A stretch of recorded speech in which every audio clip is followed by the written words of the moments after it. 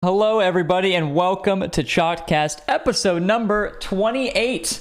Today, we are joined by Chronic and apparently Jack, the most recent winners of the most recent regional, the NA regional, which we will get into a little bit later. Funny guys laughing, CJCJ and Johnnyboi, who are also happen to be my co-hosts. I don't know, I messed up this intro, but anyway, if you guys do remember, on December 18th. A very specific day on December 18th, an iconic day in the Rocket League scene. Apparently, Jack did make a tweet about the age requirement in RLCS, and that's what we're going to get into and talk about right off the bat here. And Jack, if you do remember, maybe long time ago. It was a very long time ago. But like your reasoning for why you think there should be an increased age limit in the RLCS. Yeah, so I'm basically just I'm not gonna read my tweet out. But obviously, I made the tweet, and I kind of put all the points that I thought were valid in the tweet. Biggest thing is that obviously I don't believe that the pressure is something that young players should be able to kind of go through or should need to deal with. What are you guys laughing at? No, don't worry about it. Keep going. Yeah, I think that the pressures shouldn't be a thing that young players deal with.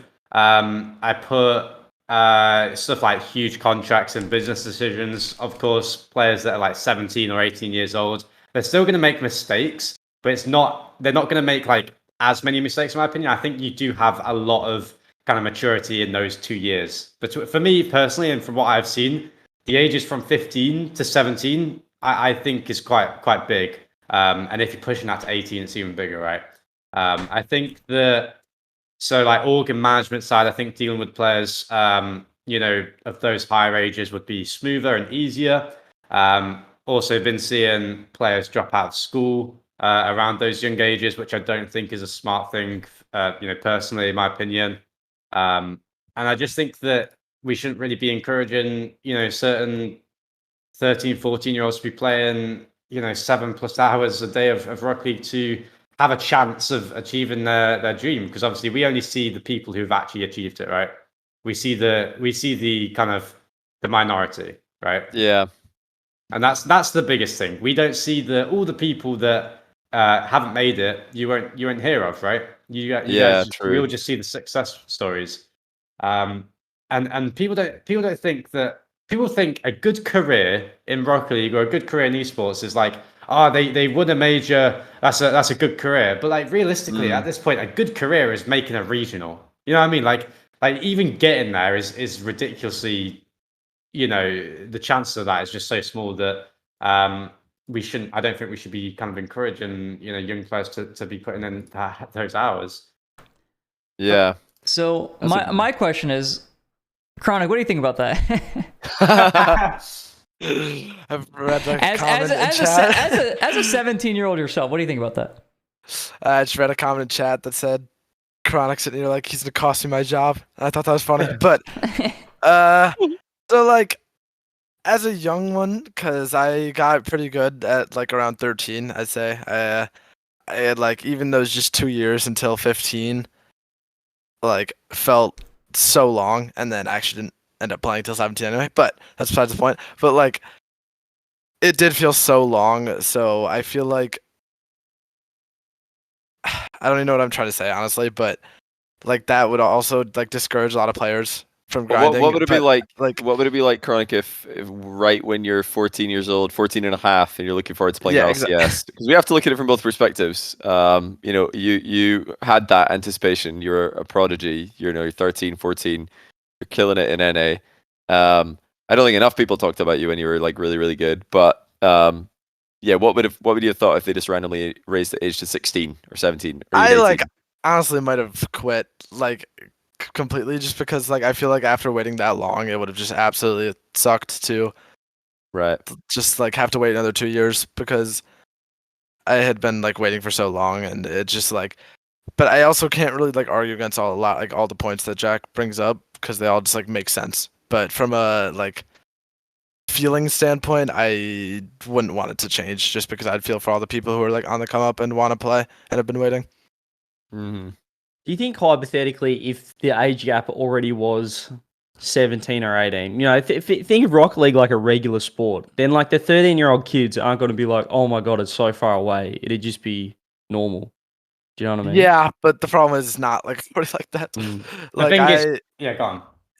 Like yeah, 100%. Because like if I was already prepared to wait 5 years, as a 13-year-old, like I would be prepared. But like since I was already ready to wait, like be able to play at 15, they just like changed it. Then it would have been bad, and I would have just been like really discouraged. Yeah, the thing is, I think that with every point, under the sun, there's going to be good things and bad things that come from it. And I think that what makes a decision good or bad is whether the good things outweigh the bad or vice versa, right? I think in this case, there's obviously bad parts, like the current 13, 14-year-old insane, kids at Rocket League, they will have to wait longer. But I think that the long-term, what's the word I'm looking for? The long-term things that are going to happen from it is going to be beneficial, right? Benefits, yeah. Yeah, I think that sometimes we have to let people down to make better, things for the game and for the esport. I think this is one of them, but yeah. So what if there was like a junior league, like if the age was increased to 18 for RLCS, but then 15 to 17 was like a junior thing that they could do, and it would have like only online, no LANs, much less frequent, so that the practice and the requirements wouldn't be as severe, or well, I say severe, not as intense. What do you think about that?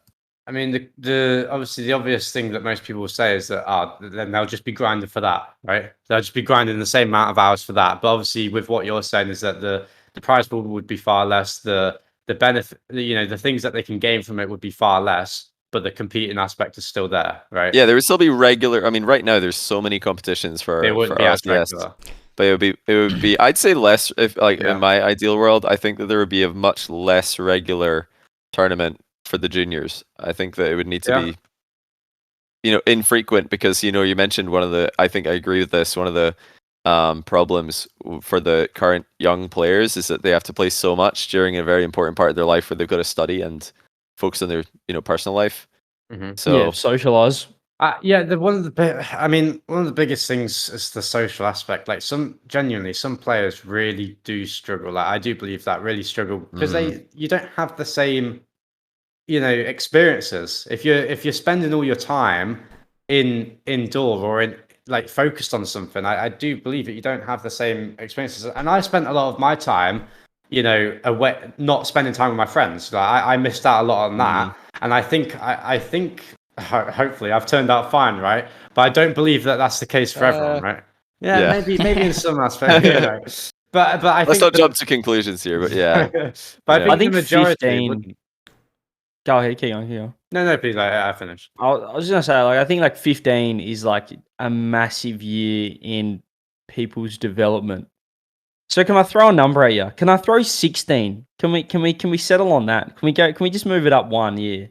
Because I think that's even massive. Wait, why is 15? Why is 15 the number? Let me throw a number. Let me just throw 16 at. Well, let me explain that. I'm glad you asked. Now, I don't know if it's the same in other countries, but saying like Australia, 16 sort of the year, which is like year 10 in school. I don't know what year it is for you guys, but that's a year you can leave and you can go get a trade, like an apprenticeship, or like you can go do builders, carpentry stuff. Like some people that realize school's not for them can go do other things. Like you're allowed to.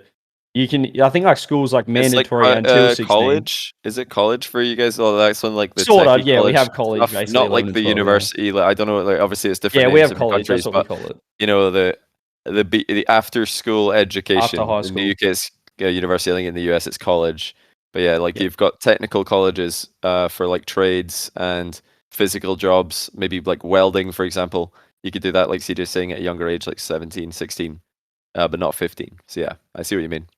Yeah, like I feel like till 15, like until you get to 16, sort of like mandatory, like high school. You should be at school. You should be doing all those things. But I don't know. I think that's a massive. I think that there were some studies done, right? Because where I went to school, they developed like a year 9 campus, right, which was just for the guys turning 15.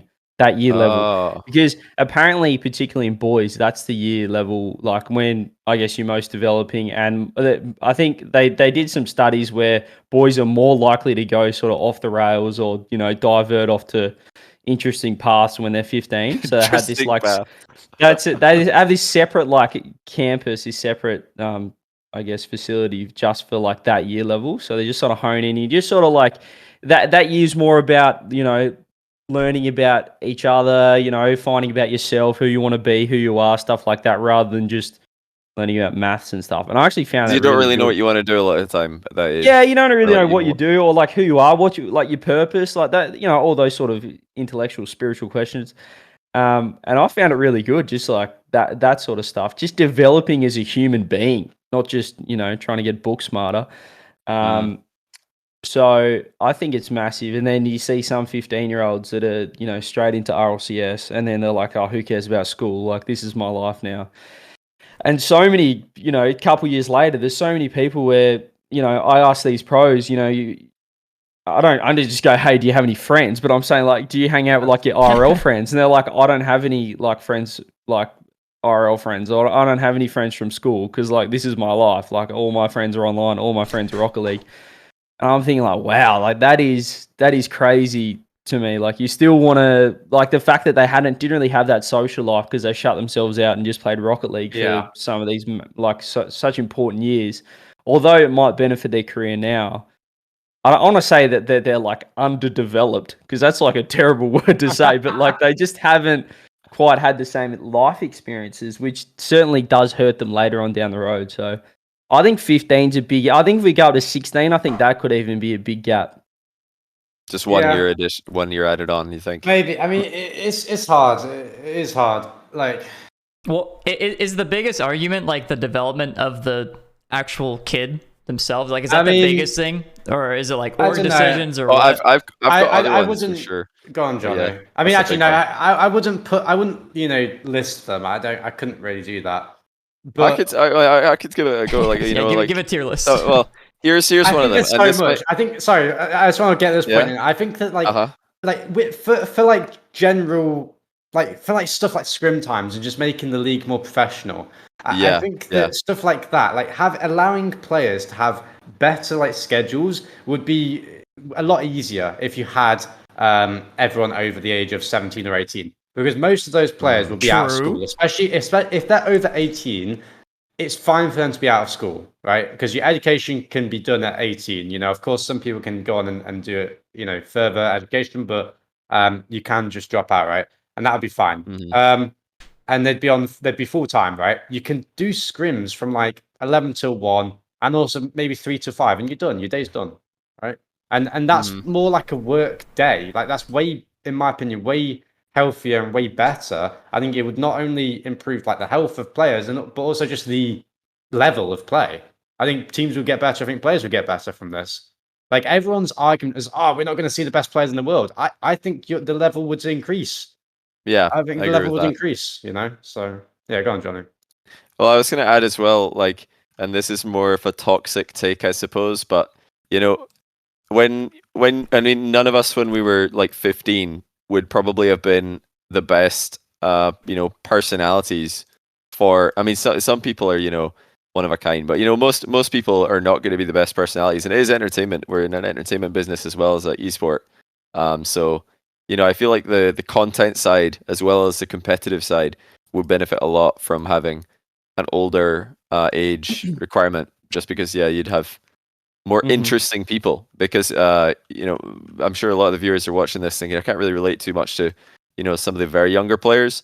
But then even those like players, once they get even a couple of years older, it's like, okay, now they can handle themselves on camera and they're much more interesting to listen to in content. So yeah, that's more of a negative thing to bring up, I suppose. But I do think it's true that the content would be better if there was older players. I just want to add on to my point, because John wrote in chat after saying about the age limit stuff. John said, like, I'm with some age limit increase in the future, but to what extent should or can the league / esport be responsible for the development of a teenager's social life? Great point. Rocket League or Sonics is not responsible for it, but I think it ties into what Jack's saying in that in order for the esport to become more professional, it would require hindering these people's schooling / social life. So it's like that sort of double whammy, right? Because ideally, these pros are going to be scrimming, maybe 12 till 4 or something. They're not having to scrim after school every day. They can only play for this certain block. These kids can only scrim once they get home from school. They've got 5 hours, 6 hours until they go to bed where they're just playing Rocket League. So it's more like how it affects everything. Whereas if it was 18 or whatever, or if it was 16, 17, and all scrims were now at like 12 p.m., 1 p.m., it was like a regular job. Everybody would have more of a social life. Everybody would be happier, have a better sleep schedule. Everything would just be more professional rather than working around school. So it's sort of like that double whammy, where in order for the esport to become more professional, that we need the age limit, and also the age limit would allow kids to develop more and have more of a social life. So sort of like a double whammy. Yeah, I agree. I'm sure that would be nice, because it must suck having to, scrim during I mean, it's kind of the same for casters in a way, but not as often, because we don't have we just work events on the weekends, of course, but we can relate to it because a lot of the time, like, events are happening, especially in Europe.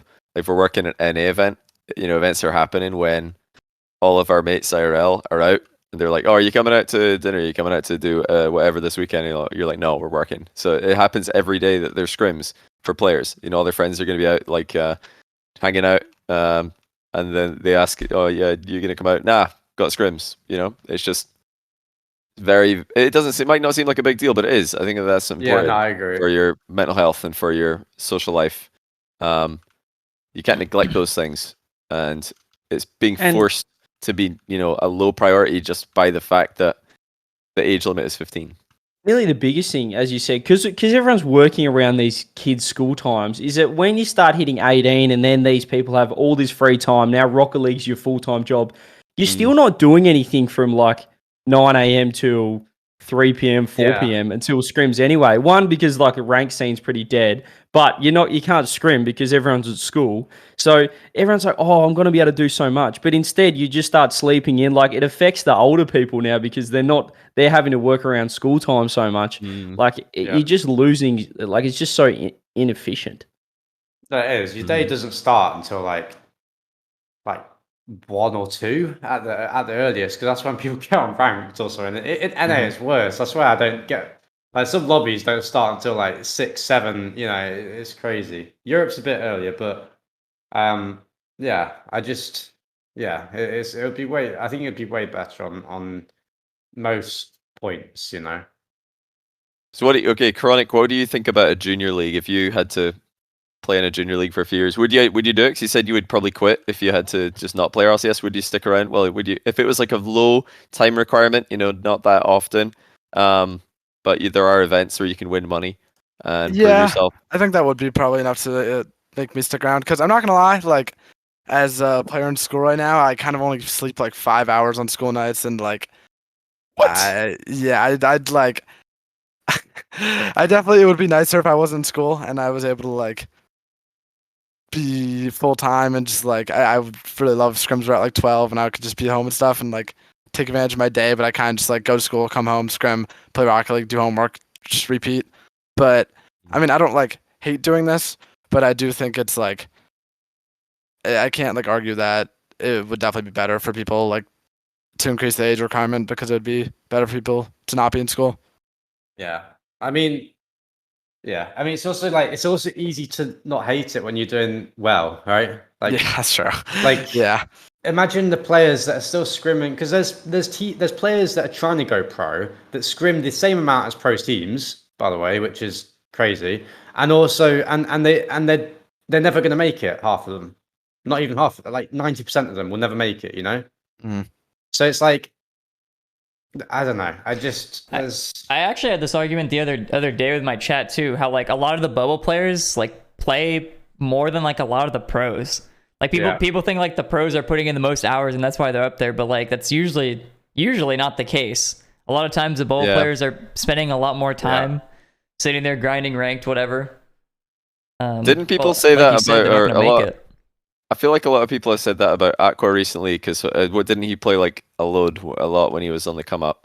Yeah, Aqua was always like 120 past 2, but now he just like shows up for scrims. Most players drop off once you go pro. Yeah, there's a lot of pro players. I dropped off once I went pro, but that was more because I was playing like 130 consistent in lockdown, and obviously lockdown ended, and that's when I went pro in August. But like I dropped off slightly, but like most players will, because obviously, yeah, I mean this is off topic. This doesn't really relate to the point too much, but like. It's just because obviously when you're trying to get something, you want it more than when you've actually got it, right? I feel like it's on topic though, because for older players, sure, maybe they're still doing it as well. But when you're younger, it is hard to take like a job like Rocket League seriously, because you haven't had another job, you haven't had too many experiences with really work. Because I don't think like even in school, for me, school didn't really start until the later years of high school. Then I was like, okay, this is actually kind of difficult. Like before then, I was like,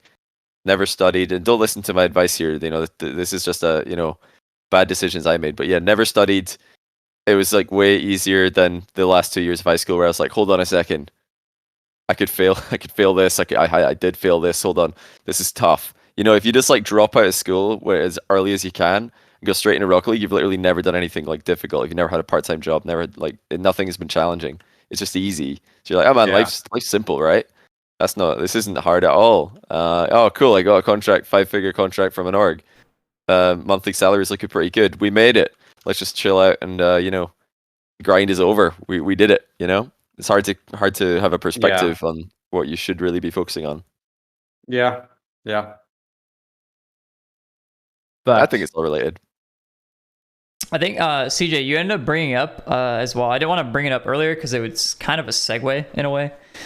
But you were mentioning how like a lot of the players, there's like, oh yeah, I don't have like not real friends. I don't have like real life friends. Like I don't talk to people IRL. I just talk to like Rocket League people, Discord people, all that stuff. And then I was talking to my chat about this too, and I kind of think like having because I think Johnny and I have argued about, probably not even argued, but we just talked about this a bit, where having less regionals per split, just in general, would probably be good, and then like 2 splits or whatever. But I was thinking like, what if we just did 2 regionals, a split, and then a major, but also have like a DreamHack circuit that could work into like maybe like points for RLCS or some sort of circuit system. Maybe like instead of those 3 regionals, you have 3 LAN events, 3 other side LAN events and stuff like that. Because I feel like the opportunity for the players to go to a LAN event, especially like an open LAN event like DreamHack, like that was crazy. But that opportunity for those kids to go outside and actually like interact with the people that they are talking to so much can only really benefit them. Facts. Yeah, you think I'm spitting? I think you're spitting. I think that I don't know. Has everyone here? Chronic, have you been to a DreamHack? I have not. No, I've never been to a DreamHack. Wow! Oh my god!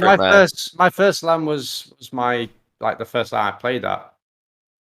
Yep, makes sense. Oh, yeah, that makes sense. Sorry, that sounded so silly. No, I know what you mean. I know what you mean. I think meant to like. My first LAN was my first LAN. Yeah. Yeah, no, DreamHacks are awesome. Like it's more. I guess you'll experience it when you guys are in San Diego a little bit because it'll be the same. But it's more like that social. Like even with the crowd, there's more interaction and it's less like shut off. So it's great to meet, and you just meet like I played Jazer at one of the DreamHacks, stuff like that. It's just cool to play different teams. Like it's not always RLCS. Wait, which one did teams. you play Jazer at? Leipzig. Which was that Leipzig? He was on like Fire and Wind or something like that. Oh, I heard. Yeah. Oh, Wind and Fire. Wind and Rain. Wind and Rain. Yeah. Wind and Rain. That was going back. That was so random. Oh my god. So DreamHacks are cool. Threw out a name. Yeah, they're good.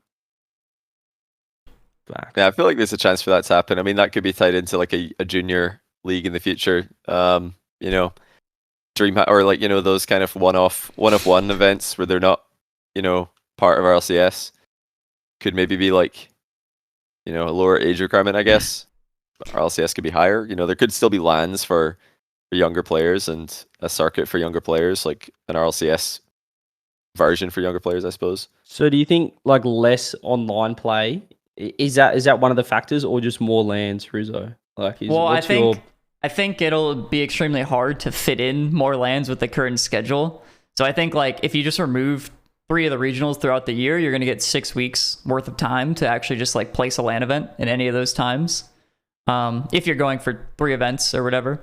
But even then, like saving those 6 weeks, essentially, like you can still squeeze 4 events within like you only need a weekend for an event, right? And teams will figure out the boot camp. They can go for a week if they even boot camp whatever they're doing.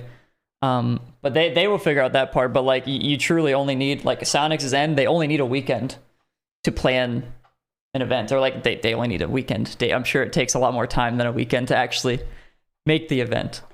But yeah, what I actually want to ask though is, do you guys think that the DreamHack events would work in the current like RLCS state? Because before, what had happened is there would be like a few teams, maybe like 3NA, 3EU, that would just get like invited to DreamHack, and they would like pay for your stuff, be like, yeah, just come here, play in this 32 team bracket, whatever, Swiss, don't know what it is, whatever format.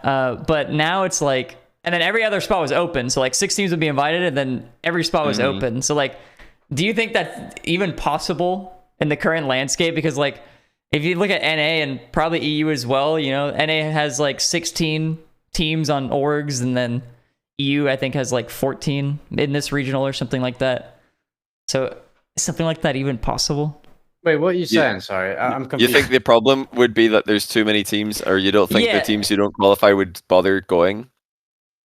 That don't well, if they don't qualify, they wouldn't go.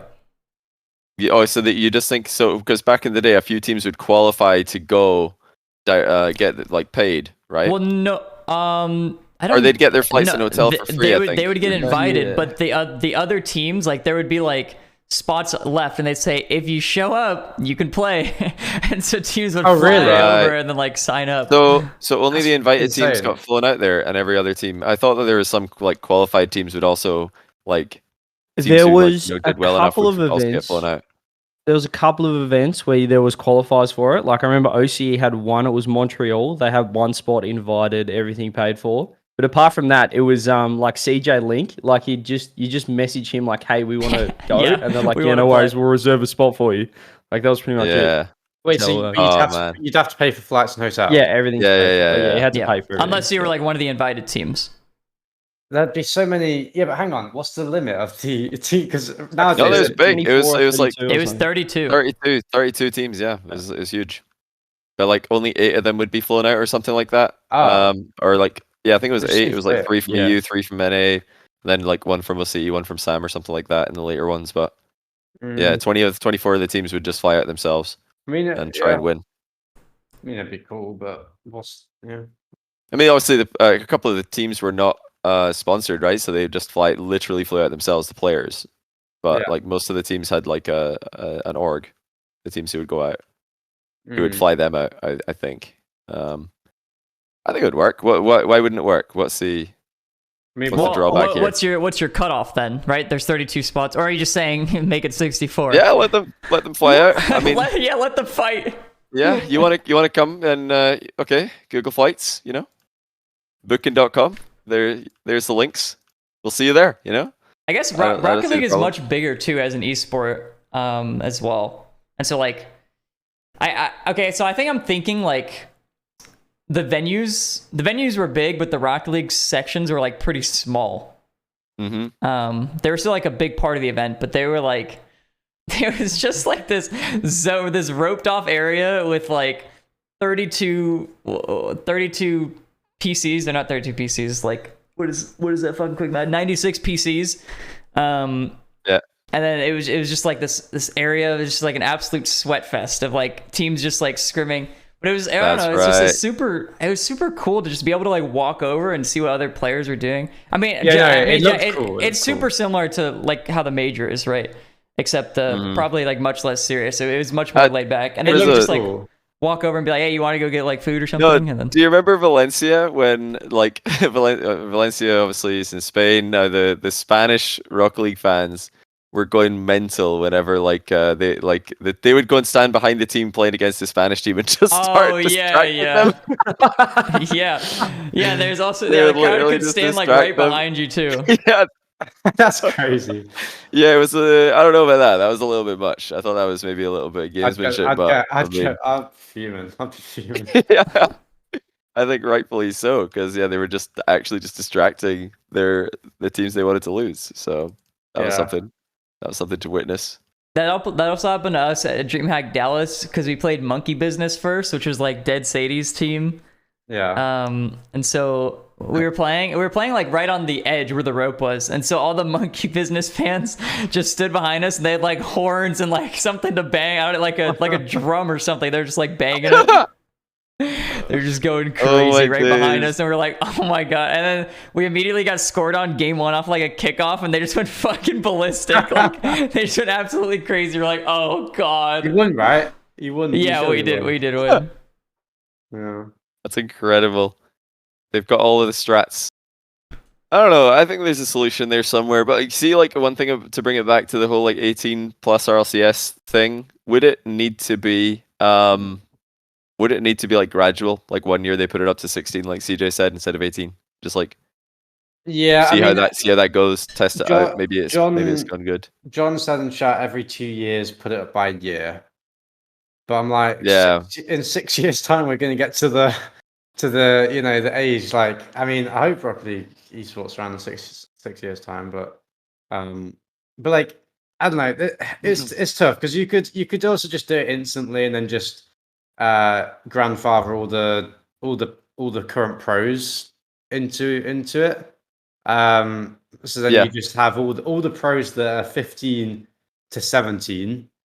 They would be still allowed to play because they're under contract. But then what is the cutoff for being a pro?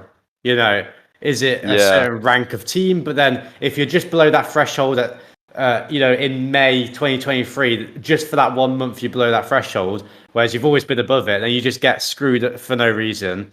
But then is it just contract? But then you have some players that aren't on orgs for a particular amount of time that is going to get screwed again just because they're not on org for that time.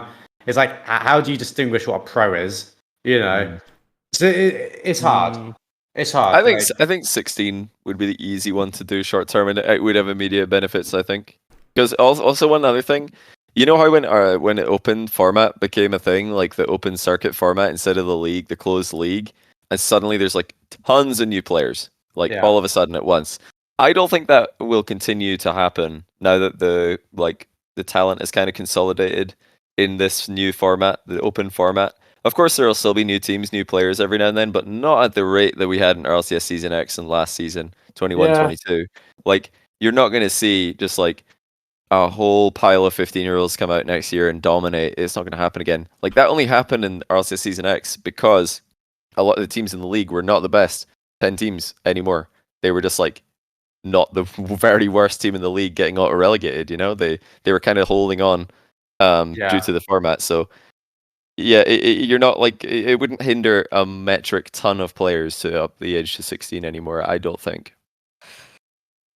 Yeah, that's what I said. Let's just do 16. I don't think it wouldn't shift the needle that much, but I think it'd be massive. Now, I don't think contracts would be that big. Like, these kids should be getting their parents in on these contracts, but I think kids being on contracts is kind of weird when you're 15. You should do it a year ahead though. So see, like next season when they announce 23-24 season, that shouldn't change. Like, it's too soon to change. Even though we're only in the winter split now, I think even doing it for next season, unless they announce it right now, it would be too soon. But if they did it at the start of a season, like when they announce the next season, when they do that, that's when they should also announce, oh, by the way, the year after that, the age is going to be 16. That way, like everyone, like it's pretty much like the year up to it for most players that I've talked to, that they want to hard grind. So they would just be like, oh well, yeah, I'll play in this 15 and below RLCS like online thing that they've got going on.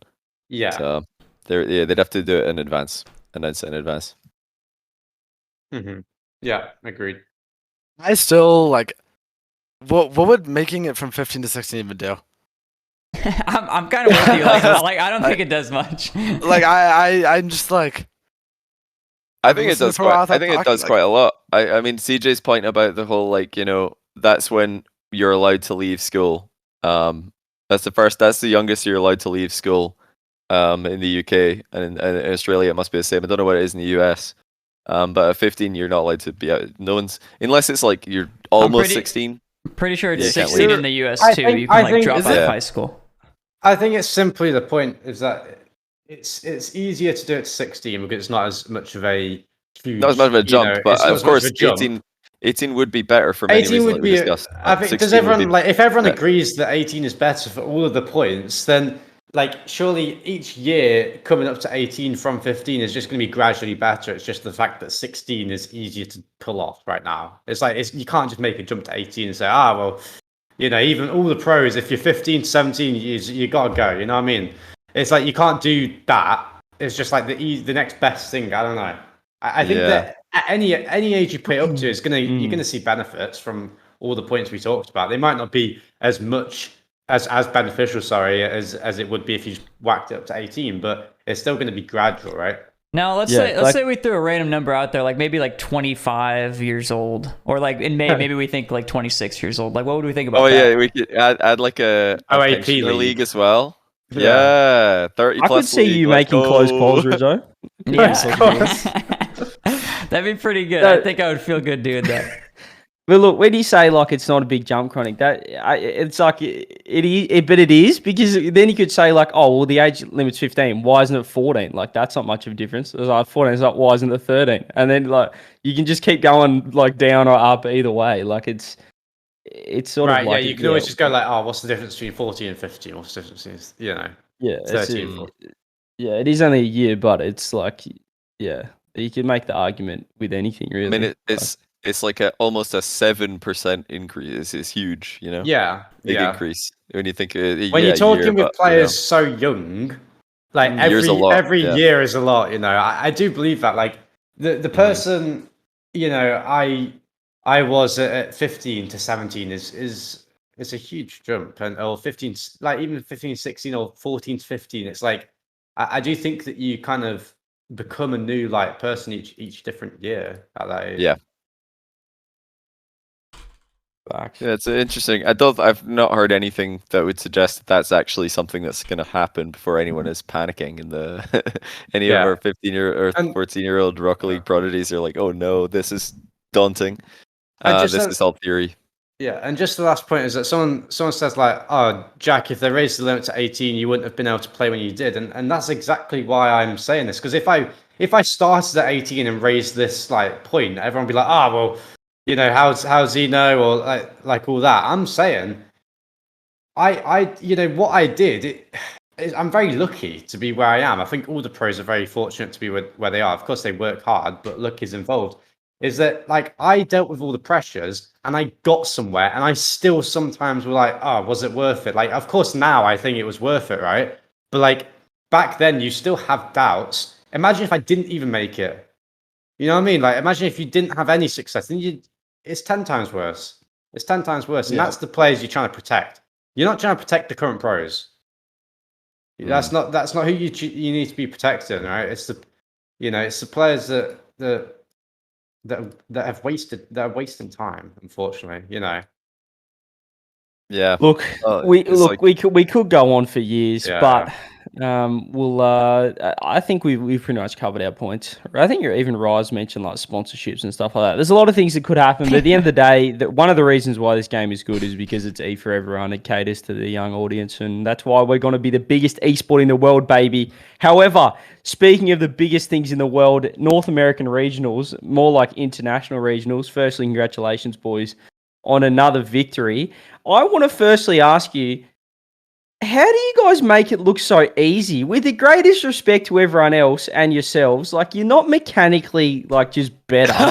You're not really, you're not individually. I don't think you guys are you're obviously top in the world, but you're not just clearly better than every other team. They're not clearly the best mechanical team, is what you're saying. Obviously they're very mechanical. They're not in the league of their own by any stretch of the imagination. Yeah, you're not just winning on mechanics or individual ability, but you're just winning by clearly being the best team. The way you guys flick the ball around, pass it. What's going on? It feels like you're on easy mode. I don't understand. Okay, well, Jack talks about this quite a lot, but we kind of do just think about the game differently than I think all of the other teams, and we do just have natural synergy. There is kind of a luck factor into it. We just clicked really well from the start, and I have also started to think about the game very differently since I've teamed with Jack, and it really is like helpful just like thinking about every single touch that you get, and like we just have so much confidence in each other, so we can do like triple pre-jumps and not get scored on because we just like know where each other will be at all times, and just like it's just like our play style works so well with like how confident we are in each other.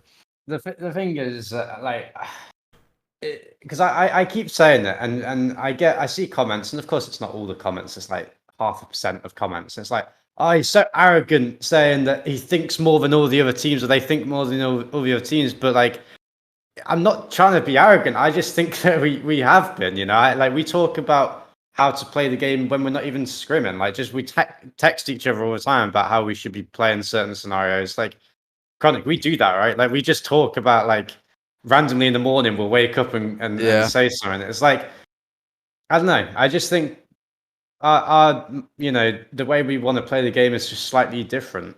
I think all the things that make us a good team is things that people don't really talk about or pick up on, and they're all inside the game. I think it's small things you don't really notice, but we notice it because we talk about it, right? What do you want to say that wouldn't leak the secrets? What's the? It's more about what stuff can you talk about? Can I put a word out, something out there that might relate? Yeah. I just think you really gave us a little bit of a inside scoop there when you said value out of every touch, and I feel like you guys do that so much more than any other team. And I like one play in particular I'm thinking about that you'll probably remember is like against G2, the Noli sort of dropped down middle to you, Jack, that you scored. Like Noli's touch, like not many people would try and drop that down, pass it. I'm speaking like this weekend, the regional. Yeah, the 2-1. Yeah. Like just like little things like that, where so many other players would just be like, "I've got man, I'm just going to double this. Like I'm just going to hit it forward." Like you guys rarely are just like hitting the ball for the sake of it. And I think a lot of teams try and do that and say like, yeah, we should get value out of every touch, but not many teams actually do it. Yeah, to the level you guys do. I think it's also just realizing like things aren't risky because of the play you're making.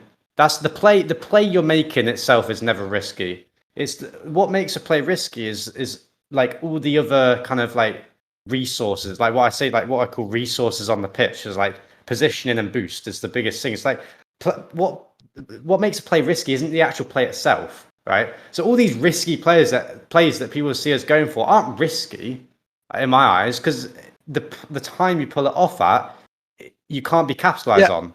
You brought up a Reddit comment the other day or yesterday after we won, where someone was like, "Gen.G's the only team in the world that can triple commit and not get scored on," and it's just like it's triple commit is fine.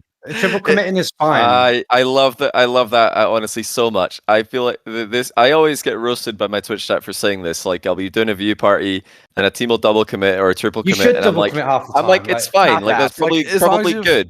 But then my chat will be like, "Oh, you just say that because you like that team. If it was another team, you'd be roasting them." I'm like, "Not really though. Recoveries are instantaneous now. It's actually fine to double commit and triple commit even, but as long as you're eliminating risk." It's not like you guys are double triple commit. It's like all of three of you like trying to hit the ball at the same time. It's just going to be like you like two are in the air at once, like passing it off to someone else. Like it's not like you all are trying to shoot the shot. Like you're just sort of all committing to the same play. Does that make sense? Like that's sort of your double triple commit. As long as you have proper communication, like nothing is really like ever risky. Like we'll double commit sometimes where we both call the ball off, but like oftentimes it ends up working in our favor because one person will be like, "Oh, well, like faking," and then the other person will just get a good hit, and then they like won't know what to do, and it just like always ends up kind of working well, just because of our communication. Yeah, I think that we've changed playstyle a lot from like regional 1 or full, and we seem to be getting more aggressive over time. But we seem to keep like having like the good part because we were very defensive in like regional full 1. It was like incredibly defensive and it worked really well. But like we seem to have kept some of the good points from that and kind of just adding them into a more natural play style. But like when I say like we think more about how to play the game, I'm not trying to be arrogant. I just do truly believe that all of the teams or all of the players or 99% of the teams and players have gotten in, and myself included, like last season 4, you just get into this rhythm of going, doing the exact same thing as everyone else. But why would I do the same thing as everyone else if everyone would expect me to do that thing? Like, why would you do that? That describes pretty well. I don't know if this is just me. I'll be the first to say. So during my view party for G2 NRG this week, I didn't realize the series was over after game 5. I thought we were about to go into another game. So I didn't watch it that closely. But from what I did see, what you just said there described the gameplay to me pretty accurately. I thought that there was just very consistent pace, very consistent, like, booming the ball around and zooming around the field. But not a lot of control. Well, not a lot of changes of pace when it made sense, or it looked like it made sense to do it. But yeah. The other thing I'm really loving, but you guys are one of the teams doing this, is the fake aerials. And I can probably speak for all of the, the champs, all the diamond players in chat, players like myself with terrible mechanics. We've been waiting for the pros to pick up on this for years, because I swear every time I play Rocket League, I probably miss half my aerials anyway, but I know I'm missing, before the other team does. So I'm just calling it fake, and my team will score so many times. Like, I play a lot of 2s with Smellsworth, and we are so bad at everything to do with mechanics and aerials. So for years, I swear, you can ask him the same thing next time you talk to him. We've been 5 or 6 years thinking, why don't people fake aerials more? I feel like half of our goals are when one of us just misses, but they know they're missing and they call it. But for the longest time, I honestly felt like pros didn't want to miss an aerial. It was like an ego thing, but that's no longer the case. Like, you guys especially don't have an ego about being like, my touch is going to be bad here, I'm just leaving it for someone who's got a better touch on it, or maybe just don't shoot, just pass instead. Yeah. I mean, I just I don't know. I really do think now that, last season, I thought just have 3 of the best mechanical players in the world on one team, and if you're faster, you're never going to lose. If you're just constantly beating players to the ball, you'll never lose. But then what if I just don't go for the ball? You know what I mean? Like, what if I just don't? There's always a way around it, right? There's always, sometimes just mechanics and speed is not I just don't think it's the way anymore. But maybe it's easy to say what I think when I'm winning. I can say whatever I want because I'm winning. Everyone's going to believe it, right? And that's the argument that some people can take. And fair enough, if people take that argument, I don't try and lie. I just try and say what I'm actually thinking. I do truly think, what I'm saying. Yeah, I'm trying to, because sometimes people call it arrogant. I'm just trying not to be that way. I just want to say, be arrogant. Own it. It's not arrogant. I don't think it's arrogant. Have an ego. Have an ego. Well, all I'm saying by that is people can call it what they want. You shouldn't. I don't think you should care. Just say what you want to say, and people can understand. People are always gonna understand things the way that they want to. If someone has a predetermined opinion about you, they're going to use that opinion to dictate how they understand everything you say. And this is very true in esports, very true in Rocket League. If someone thinks that they don't like you, and you say something like that, they're going to not like you even more. But if somebody does like you, and you say that, they're going to probably like you more. It's all to do with how people perceive you. So it's not something to worry about. Just let people think what they think. Yeah. And eventually they'll probably learn the truth further down the line if they don't already know that it's not the case.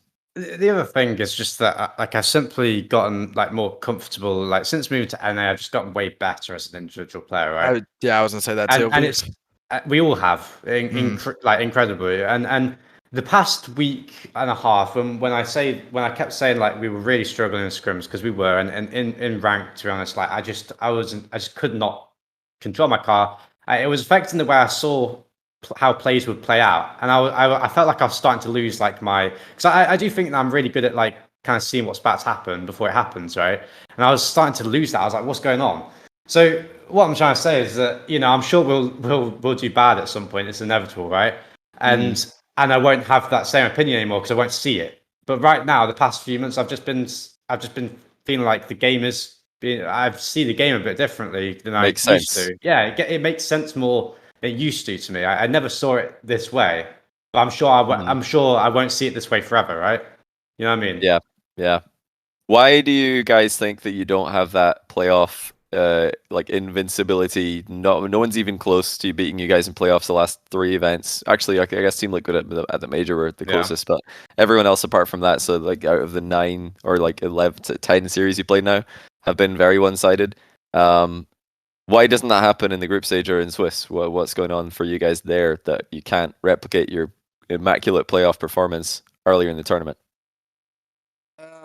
For me, like I almost feel like it's just like a level of intensity. Like we are just like way more intense at playoffs, and also like something about losing in those early matches for some reason for me like caused me a lot more like stress to think about. Like especially in those in that like 9 through 12 match, I was just like I really did not want to go out there. And best of sevens also are like extremely comforting to me. Like I feel like I just have like the entire like I have so much time to fix my play if I'm playing poorly, and just like we can like regroup if we're playing bad, and it's just like it's a lot more comforting to me. What about the timeout as well? I can play with more confidence. I really like timeouts.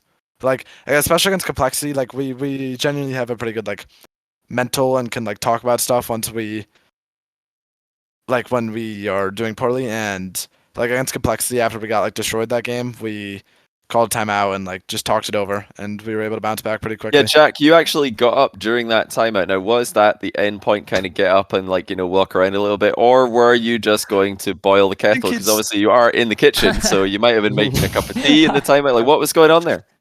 I went to refill my glass of water. To be honest, I like to use the bathroom. I like to, huh? I thought you just used the bathroom. No, I didn't go to the toilet. But like, Jenny, if you ever wash your hands during a timeout? No, you can't wash your hands when you play. No. Wait, there used to be a player. Does anyone know? Does anyone know the player who used to wash his hands? No, Panda does it. Panda does it before every series.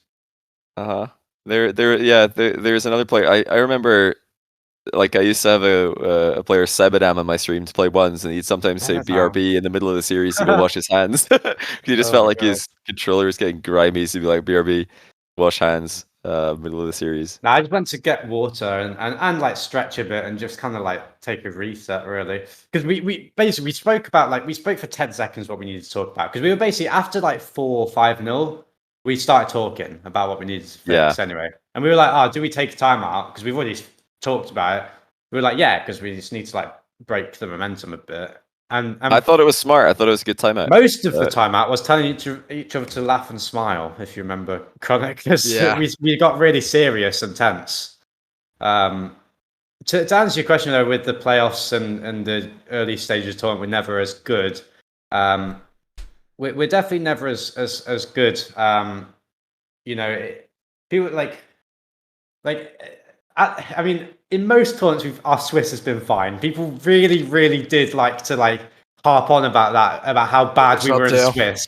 It was the regional two was the bad Swiss. I feel like we would drop one series. You played how many Swiss in the last split? You played 6, right? You played qualifier, and then 3. Okay, no. We were bad. We do not. No. We're counting the regional one. Yeah. If you're counting top 16 qual, we may as well have left not even joined RCS. You know what I mean? Like, but that's what I mean, though. That was really. Yeah, we're not talking. Yeah, but people don't talk about that. People are literally just on about regional 1, 2, 3 and major Swiss. One of them was bad. One of them was really bad. And we still made 9 seconds away from losing, and then the major obviously had the Oxygen series as well, so it wasn't. Yeah, but we didn't have the whole Swiss as bad because we smashed FaZe, we played really well against Falcons as well, and against FaZe I felt like insane. You know what I mean? Like we had a really good series, and Power was like comfortable. No, we were batting Power. Yeah, but was it comfortable, Chronic? I guess, yeah. But okay, we went 3-1 in Major Swiss and got like the 3rd seed going to the bracket. We weren't that bad. That's ideal. That's the greatest. That's the perfect recipe to win. You don't want 1st or 2nd. You want 3rd seed in Swiss. It's amazing. Do you think that you guys do you guys, you think about the game and stuff, do you guys play better in playoffs because you play to other people's mistakes, or you feel like the other team's nervous and stuff? Does that help? We just seem to play better. Like, it's as simple as that. It's not that the other teams get worse. We just play better with more like intensity and more pressure. It seems, which is a good thing. Well, I'll take it. And it's the best of 7. It's way more comfortable. Mm. When you say that you guys have got better at the game, yeah. Do you mean that you've got better individually since you went to NA? Do you just mean that it because of like the way you guys have started thinking about the game, or is it just like you've been practicing more, getting better mech and stuff? I feel like I've just genuinely just kind of laughed out of the game. Like yesterday was probably the best I've ever felt in any event, like individually wise, and as we're like getting better individually, I feel like we're adapting to that and like playing better as a team as well. Yeah, I mean, it's just all confidence really. None of us have been on Nolly was on like Casey, who was like you could argue they're second best in Europe. I was on Dig, who was like second best at times, but like we were never on a team that was instantly. Well, I guess I don't know, but we're on a really good team. That's just going to increase confidence, right? And you're getting good placements, increase confidence. And obviously, me and Nolly were putting in way more hours in Canada than we had been before, so that was going to naturally improve it. And also just a combination of playing with a new team, having different conversations about play style and getting different inputs from players that played with before. I think it was all just kind of perfectly timed. It was very fortunate, and that made us play better individually. Chronic, like you said, he had his best day in my opinion ever yesterday. And Nolly was great on Saturday. Nolly was also really, really good on Sunday. And Chronic has increased his level, tenfold, and so has me and Nolly, right? So it's just go on. No. I was gonna say, do you think that obviously having 3 English players in the team, obviously Chronic is English according to T-Bates, so we're just gonna roll with that. But no, seriously though, do you think that the fact that you guys are just a team that shouldn't be in theory and on paper winning this much annoys the teams that you're playing against to the point that they're just like overthinking playing against you and like getting in their own heads and maybe underperforming against you guys in particular? No, I truly, I don't know. Again, it might sound arrogant. I don't think they're underperforming against us. I think we are just winning. Like we are just playing better. I think they might underperform now because they might be scared of us. Because I've obviously played teams like in the past that were like the best, and I was really scared of them. And you underperform because of that. And other teams might have that, but just because we shouldn't be doing as well as we are. I think that narrative's kind of gone out the window. At some point, you got to say the players are just really, really good now. If we take our form like 4 months ago, as when we first started teaming as individuals, then we shouldn't have done as well. But now I think it's fair to say we should do as well because we're some of the best players in the world, right? What do you think, Chronic? Yeah, I was gonna kind of say the same thing. I was gonna say I feel like people kind of struggled to like accept our results at first, like.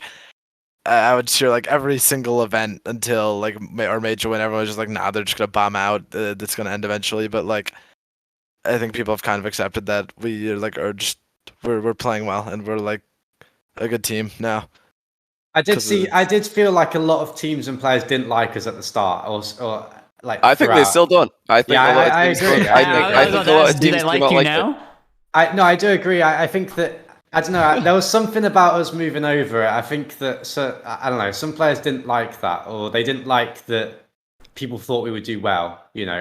Well, I think I saw a lot of, and I said I reckon you guys are going to be like 6th to 8th first split. People hated it probably, and I saw some people saying you'd be way even lower than that. I thought I was quite a reserved prediction of how well you guys would do. But some people were crazy saying you guys aren't even going to make main events. Like, you're going to be terrible.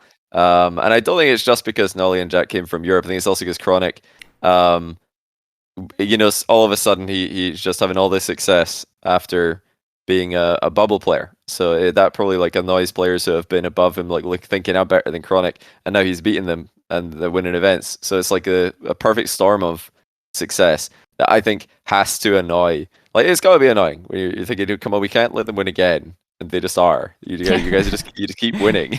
They won again. And this final was probably the most painful with 3 Europeans, 2 South Americans, and Chronic in there, just MVP, the whole thing. There's got to be a lot of current pros that have been in NA for a long time thinking, why are we letting this happen? Why is that happening again? I don't know. They can say that they're not. Yeah. I think it's got to be annoying. Even this regional, like you guys, everyone was like, well, Gen.G, like everyone's been moving. You guys hadn't had much practice. You probably, top 4 quarterfinals. And then you guys come out and look fantastic. Like it's Everyone was copium, waiting for you guys to like lose, but you're not losing. Yeah. I don't know if we came out and looked fantastic, but we did at the end. Yeah. That first day was. Yeah, I really did not expect to win this regional. No, I thought genuinely. I thought we were gonna go out like 12. No, I thought we were playing like a top 16. It was team, bad. Not It was really a top bad. 8. I haven't been able to aerial for like the last 3 weeks. Are you saying like the scrims before the event or something? Yes. Like, No, I okay. kid you not. I could get Like, you replays up from scrims. Like genuinely, I was like, none of us were top 30 NA. I think that's fair to say, Chronic. Like, no, We were genuinely, getting like 6-1 by every team. It was like it was so bad. It was, and like I don't know what it was. It was just the worst time. I think everyone was slumping. Then Chronic fell ill. Or we had to go to LA for a last second photo shoot. We found out like 2 days before. We had to fly out LA. Wait, when did you do that? Before, like a week last last Thursday. Dude, for Gen.G? Yeah, we didn't skip like 3 days. The worst part about That was the Daz thing, I tried to go get dinner with Jack and Nolly. And then some other people as well. And we're like, okay, let's do it then. And then we're like, okay, like the day's coming by. And then Jack messaged me. He goes, hey, sorry, we have to cancel. We're going to LA for a photo shoot. I was like, dude, I can't even get dinner with these guys. Did Dazarin to like just demand? Did he just fly you all out there in the private jet? He's like, you all need to be there for my announcement video. It's not negotiable. Get in the plane. Like, is that what happened here? Because this is out of order, Dazarin. We can't be doing that a week before they've got to perform their opening regional split. It was for the decal. It was for the it was for the decal. Gen.G wanted us to do a photo shoot, and it was just like we didn't want to, and they needed us there. Oh wait. So hold on. Yeah, that makes sense. But this is the second time it's happened. I can't get behind it. Gen.G, I mean, it's not backfired yet because you won both of the events. But you guys flew to LA before the fall major. Now you flew to LA before the winter regional one, both like a week before. I don't think that's a recipe for winning. I feel like maybe they should fly a camera guy to you guys and a green screen or something and just do it where you're at, because that's a lot of flying to. I mean, I agree, and that's I think it's completely fair. There's no like we just said to Gen.G we were like, I think this is a bit wrong for performance. And they agreed, and there was just slight miscommunications about the time, and that's cool. They agreed. They're like, I know you. I just want to preface you're not making them sound evil. You're not. they have been perfect, and sometimes like some things just aren't right, and this was one of those things that weren't right, and it won't happen again. I agree. Anyway, here's your tickets. Dude, trust me, there's a lot worse things an org can do. So yeah. No, I mean, you're like good. I said, you're not making them sound evil. Nothing bad's happened from it though, so it's okay. Yeah, nothing's bad's happened from it, but let's not do it again. No, because I was we were in the worst mood that day. It was bad. I don't think we might have broken a record for complaining the most. I said to all of us, because I was like, the reason we're doing so bad in scrims, I think, is because we've been so negative the past week about complaining everything under the sun. Me and Nolly have moved into like new apartments, just complaining the entire time about like not being able to get setups, like stuff being delayed. Everything like that, and then we have to go to LA and we're just complaining the entire time. I was like, maybe we're bringing too much negativity into the calls. I was like, let's stop complaining. Let's stop complaining. Well, it worked. So yeah, so far using the results-based hindsight, I guess it was fine, and hopefully it won't go wrong in the future. Somebody was wanting to know. I think it's a good question. You said, I think I can't remember who said it. Jack, you might have said it in the post-tournament interview, that Complexity were the best team you played in any of the finals. No, you actually did lose 2 of the finals you played last split. So why were Complexity better than the 2 teams that beat you in that final where you 4-1 them? Because against FaZe, wait, what do you agree? Do you agree with me or? No, I have to say, like, even if we weren't at our peak, like FaZe just rolled us regional 1. They were really good. FaZe rolled us, and it's like. It doesn't make sense what I said, right? But it's like at a point when you're not even competitive. Like we weren't competitive against them because we were very happy with getting top 2. Yeah, and that is a factor, by the way. Like teams that I believe like Complexity like made finals, they were happy with that. Like they didn't want. You say they didn't want it anymore. They didn't want it as much. They didn't want it like you guys think I was lying. That's the crazy part. No, the thing is it actually is true. Like you get complacent without meaning to. right? And I think they played really well, but like you could see after they lost, like 5 seconds down, Rizzo passed to CRR or opposite way, and they started laughing because they lost the series and they were fine. You know, they'll be back in the finals. I'm 100% sure of it. They're insane, but they were fine because getting your first top 2 is incredible, right? Yeah, and it's like it's such a good result. And against FaZe, that was what's happened. Against V1, it felt we lost, but it felt comfortable, right? Chronic, like I thought it was a fairly comfortable series. I think I dropped like a 1.4 or 1.7. I was like, I played insane. Like it felt good. Yeah, it was me and I's fault. You carried. Who threw? I remember Regional 1. I like during our FaZe series, I was just like so content with the result. Yeah. We were laughing mid-game, bro. I calmed the time. Like I was like, my hands are so sweat. Like I would just like calm that like while like in my hard comps. Like I seriously just like did not care if we won or not. Like I like even after the series we lost, I was like, oh okay, whatever. We got our top 2 first regional, and then like the next day it said, and I was like, oh, I probably should have like cared more. And like it was just, and then I wanted to win against V1, and we just like weren't at our best. But then it's been fine since then. And then in the other finals, like FaZe in the third regional obviously was like. We won that 4-0, it was fine. Against Moist, it was 4-2, which everyone's like, oh, it's a worse result than this one, so it was harder. But sometimes series score doesn't reflect how hard it was, right? Yeah. That's not how Rocket League works. Like, the Moist series, it felt I knew we'd beat Moist. We knew I didn't know we'd beat Complexity. Yeah, I didn't. We weren't completely confident beating Complexity, especially after we went down 2-0. It was so awkward. I was scared. Like that. It was so awkward. Wasn't game 4 overtime as well? It was, and that was like, and it was so panicky. It was so panicky. It was such a messy series. Complexity actually just like. I don't know what they do, but like I swear I just like see their cars and I'll just like double jump around the ball. Yeah, it's a mental block. It's a mental block. Yeah, it's so bad. It's a mental block, and we'll still have it a little bit, but we've won against them now. We know we can do it, right? And that was the biggest challenge. It was like if we lost that would have been so bad. Not because we got second, because second is a great result. I'm happy with second. You know, I'm still I'm still happy with second, especially in the first regional start split off. That's a great result, right? You know, and yeah, we won first now, but like it's still a fine result. But the fact that we would have gone 0-4 against Complexity, it would have been terrible for the rest of the season, in my opinion. But now I'd be confident, which is the biggest part. So that's why I said it was the hardest. But you think Complexity are going to make a top 5 this split overall? Oh, yeah, absolutely. 100%. Yeah. 100%. No doubt in my mind. No, they are very good. They're insane. Yeah. They're one of the. It's a very strange team because you look at the play style and you go like, that is such like it's what everyone who watches Rocket League is like. Such a stupid play style, right? But they're so structured. They're an incredibly structured team, and it's really good. They're really good, to watch. And Rizzo was playing insane, and AJG seems to have improved like a ton. He has, yeah. Shout out AJG. He's like, for all of our RLCS last season, I feel like Shad kind of had the spotlight, or RLCS. It was that season. He was like kind of the spotlight in the year, and then later into the year was like Rizzo. But yeah, AJG's playing very well.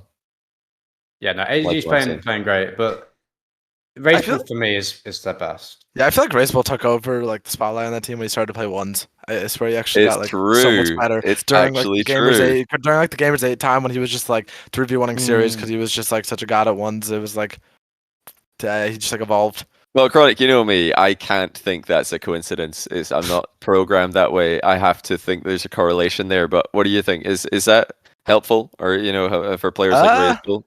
Yeah, I mean, I feel like it wouldn't just be a coincidence. Like he actually just did improve around like summertime-ish so much, just like around the time he started grinding ones. And I feel like he's way better mechanically. Yeah. He was always a smart player. I'd say he was always flashy. Like he could always, score a crazy goal, but the got a lot more consistent too. Yeah. As soon as he started playing ones, his consistency went through the roof. I felt like he really solidified as a player. So yeah, maybe there's something there for mechanical players with no consistency who don't play ones. Maybe there's something they could be doing to improve their consistency. Yeah. No. And I really do think AJG's improved a ton. Like I really didn't rate him in the past, but like he's just really solid, like at challenging as third man, especially like really, really good. And yeah, but Rizzo for me is like like by far, like well, not by far, they're all insane, but like they're most important player for that team. He's their He's their he's best, their best player. Yeah. You're trying to say it a roundabout way. Yeah. So there's another team we do need to talk about real quick, because last week we may have had Reddles on the show, who was he was throwing some outlandish comments at NRG, saying they're finished, they need a change, we're gonna smash them, and then Optic lost to NRG. You said that. He said we had Garrett on the week before. It's quite interesting because Garrett told us they'd been working on a new faster playstyle, trying to like switch with the meta to make more sense in the current meta, and you can clearly see they were playing very quickly. I would criticize their loss this weekend, but yeah, they're trying to speed up, and then we told Rettles that. I think that's in CJ's when Rettles replied that he thinks it would be easier for them to change a player than change their playstyle. Was his words. He said they're finished, and even though they went even in scrims, they would beat them on the weekend, but they didn't. And then Optic obviously got last in that group through the tiebreakers. Firstly, thoughts on Optic, and secondly, thoughts if NRG can make a top 5. Can they make the major? NRG can absolutely make top 5. There's no doubt in my mind that they can make top 5. I think if anyone says they can't make top 5, like, I just think you're wrong, because it's just like, how can you say that when they were so close? And you go, well, they had last time. Yeah. They had easier matchups. Well, I'm like, because easier matchups do happen. Sometimes a team doesn't deserve to make the major over a team because they've had harder matchups than the team who made the major, but they still can. You know what I mean? The brackets still happen. Like, they can absolutely make the major, no doubt in my mind. But when you say that they can, what kind of can are we talking here? You think they will, or you think there's a what percentage chance that they will? They can, but they won't. I don't think they will. No. See, they said a lot more positive when you just said that they can. That was a bit different. because if you were to give a percentage chance on the likelihood here, or maybe like rank them if it's easier, like whatever you guys want. The thing, I don't know. The thing is, why I get so like annoyed about this NRG situation is that they might be the most like hated team in history in terms of how underrated, genuinely underrated they are, and also overrated by their fans at the same time. But still, it's like you have half their fans that are like just like, oh, NRG are finished, like terrible result again. I'm like, it's they're stuck in the past of them getting like first, second, and like, yes, that's not the case anymore. But these results are still fine. Like, they're fine, and people just seem to really hate. Well, I mean, to be on that team. Not finishing top 5 is probably not fine. I think like they want top 5, so like finishing outside of top 5 is not fine for them. They have said that that's what their goal is right now. You know, I think you're right. The fans probably haven't reevaluated their opinion of NRG. They still look at them as a team who should be winning majors and anything, or winning events and anything less, or maybe at least final. Anything less is per performance. But I think the players have probably reevaluated that they're just going for the major spot. That's their goal. It seems like that's what they're shooting for. So if they don't get it, which they didn't, and they're not currently, well, they're 5th equal right now. So they're thereabouts again. But I don't think they're fine. I would say, but they're close. Well, they're a lot more fine than people are saying. Oh yeah, people talk about them like it's the end of the world, and they have absolutely no chance. But no, that's not the case. It's like they also. Yeah, go on, Connor. They also didn't like get demolished by G2 or anything. I'd say they were really close. They played well. They lost a 0-second goal. I swear they hit like 300 crossbars that series. Like it was just like a few things like went wrong that made them lose the series. They gave and Justin looked really good. Justin looked really good. I thought they all looked pretty good in my eyes. Like they seem to get clowned on for like certain mistakes. You know, just little mistakes that every team makes, and everyone's just like, oh, because it's NRG, it's way worse. I'm like, I don't see it, but yeah. To say I do think that NRG can make the major. I wouldn't have them in my teams that are making the major. The split, but I wouldn't be surprised if they did. I wouldn't be surprised if they did. Well, I'll tell you my theory of why I think there's 2 reasons. You just hit on one of them perfectly. They're the most popular team, therefore they will probably have the most hate comments just because they're so popular. There will be a higher, like, even if the same percentage of comments are hateful, just a vast amount of them will allow there to be a significant amount of hateful comments. And that's something that's true with every big content creator, every big team, every big player. It always happens. The most popular, most overrated is probably also the most underrated, most hated. It's just because they get talked about all the time. But the other thing is that the teams who have had success in the past year, in my opinion, have been teams who have made a roster change and it's worked. How many teams have bounced back from failure? Yeah. What is the team that's done that? Has any team done that? Actually just, gone through a slump and then made it back into top 5 in NA or EU? It hasn't happened. So that's where the for a criticism long time result. I can think of one team who's done it. Yeah. Maybe in season 8. I'm talking open era Rizzo, but obviously that is a great example. G2 Good clarification there. Relegations, and then they made it back to being the best team in NA. But since the open era hasn't happened, and even then that was rare. When G2 did that, when Rizzo, JNAP, Chicago did that, came back from relegations to then win NA the next season. That was not normal back then, even. Never mind now. So that's why I think the criticism happens. People are like, well, you seem like you're kind of, just being stubborn. I mean, this is what the opinion will be. It's kind of just the norm to just blow up a roster as soon as you get failed results. So when they aren't doing it, when a team doesn't do it, it's shocking. It's mind blowing. People are just why are they just on the same team? Why are they still playing together? Yeah, although look at every team that's done well. They've all had a roster change. This recently. is very similar to my take that I always go on about. Oh, Jack, we argue about this a lot. We've talked about this on this podcast. We've talked about this twice on this podcast, I'm pretty sure, about the take that if a team doesn't have show signs of doing well or doing well enough to make a LAN instantly, they won't make a LAN or they won't really improve significantly. Okay, you added show signs in there. I've always well instantly. You added show signs there to make it No, because people go, oh well, this team went up by 1 place. I'm yeah, of course you can go up by 1 place, but I'm saying a team can't go 7th into second unless they're made of 3 young mechanical players. Most teams won't do that. The only circumstance is Queso. Is Complexity not doing that right now? Yeah, I just saw that in chat. Yeah, I was. Complexity different. Complexity did have some outside of the game circumstances that seem to be impacting their gameplay. Last split at very unfortunate times. In case anyone's not aware of what I'm talking about, CRR tweeted. I think it was before the 3rd regional. He tweeted that he'd just been in the hospital all night with his dad. I think it all turned out okay, but that was a bit of a scare and not ideal to be happening. And preventing you to sleep right before you play the regional that will decide whether or not you go to the full major. So yeah, that kind of I think everybody after hearing that was Complexity get a pass on this one. At least that's what I thought. I was I'm not in chat real quick. Vitality clearly showed signs of doing well. They literally got top 4 in the 3rd regional, right? And then someone said Dig.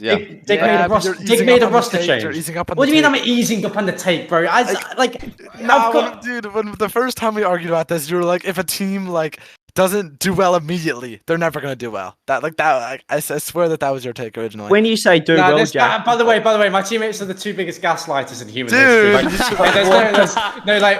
We all call. I think we all gaslight each other. Half of us. I believe, Junior, apparently I've said about 500 things in the past. No, you're lying, bro. Yeah.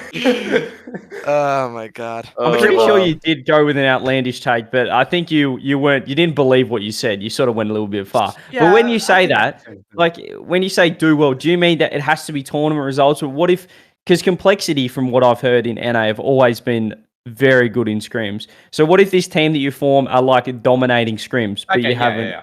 I think that's that still fine. Count? I guess you're right. I am easing up the take, but it's all right. Final take. If you don't a team of a 14th ranked team that aren't showing signs in scrims, aren't showing signs in tournaments, they're not going to improve loads without changes. You don't improve without bringing players in or changing players you're learning from. You don't just improve each other over time drastically. I don't believe that happens. You can make small improvements all the time, but you have to have something big in to change the environment to actually shift a skill level. You know what I mean? Like a player, for example, Why is everyone saying Dig just did? Dig didn't make a roster change. Dig made a roster change. Dig made a roster change. Yeah, they literally made a roster change. Whenever we bring anything up with rosters, everyone goes, "Oh, this team did it." But I swear people don't just list not listen. No, it's not. It hasn't happened. So to look through the last, if we just stick to North America, the last 4 LANs that teams have tried to qualify. Well, obviously Worlds was a accumulation of all the others.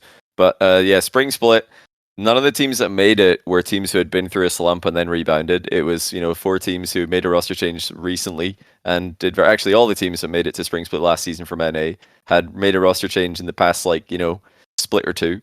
The previous event, same thing. SSG, V1, G2, FaZe, all made roster changes. NRG were the only team that didn't, but at that point they hadn't fallen off yet. Go back even further, same thing. None of the teams qualifying for LANs have fallen off and then bounced back. So if NRG do it, by the way, I say all this to also add that if they do it, that's a first. That's a first in over a year for a team that's fallen off outside. And you can, I'm seeing a comment right now saying they haven't fallen off yet. Well, okay, maybe not fallen off. By their standards, they have. They've slumped down. Like you can, some people think falling off means that they're completely retirement. And when I say fall off, I mean they used to be in the top 5, now they're not. If they come back to the top 5, that would be a first for a team that hasn't made a roster change after being a top 5 team and then falling out of the top 5. Is a roster change though? Is a roster change is it about the player or is it about the mindset? Is it about the mental? I think it's all. Yeah, I think it's all involved. Like the biggest one of the biggest things is like the change in like motivation you get from playing with a new player or a new team completely is incredible. Like incredible. Like the amount of motivation and have fun I had scrimming with a new team, playing with a new team compared to like an old team. Like you're used to those players. Like I'm not used to playing with Chronic and Nolly. It's so fun. You just have different environment. Yeah, it's and you become a whole new player, like a genuine whole new player. And an addition of a player can do that, and a new team definitely does that, right? It's like bringing in someone mechie forces you to like want to learn, or even not just mechanics, but just anything. Like if you start playing with Jack, you're saying, okay, well he does this in this situation, maybe I'll try that. Like you just start thinking about it differently. Yeah, 100%. Nah, I've learned a lot from the way Jack just like thinks about the game. But speaking of blowing up rosters, I know Rise was in chat before. We're looking at V1 and Optic now with some poor performances in their first regional since the calamity that happened in the off season.